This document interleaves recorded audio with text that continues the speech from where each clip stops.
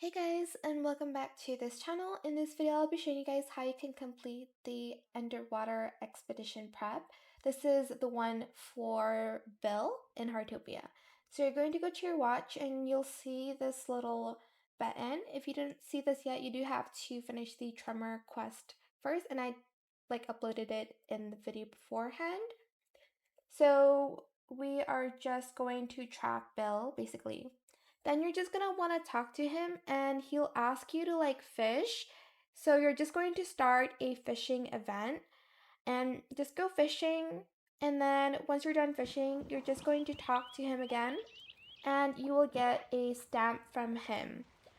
But yeah, that is it for this video. I hope it was helpful for you guys. Don't forget to like, comment, share, and also subscribe to this channel if you haven't done that already. If you have any more questions about this video, just leave it in the comment section down below. I'll try my best to answer them all for you guys, and if you found this video helpful, please click the thanks button as well. That is it. Thank you so much for watching. Bye!